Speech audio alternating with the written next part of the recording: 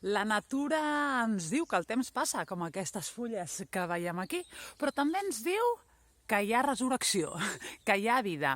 Per tant, en temps com aquests, en temps de pandèmia, hem de recordar que sempre hi ha esperança, i això la natura ens ho recorda. Com ens ho recordaven també els pintors del barroc, que els agradaven molt aquest tipus d'al·legoria.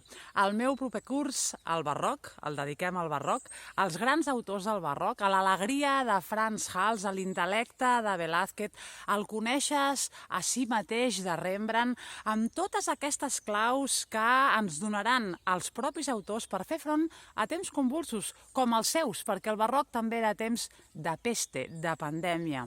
Comencem a l'11 de novembre, preus molt ajustats, com sempre, entorn uns 5 euros a la classe. Dividim el curs entre una part abans de Nadal i l'altra després, i la meva intenció és passar el millor possible a aquest temps de confinament, donant claus també per poder fer-lo front i disfrutant de la bellesa, que això no ens ho treu ningú. Més informació aquí dalt. Gràcies.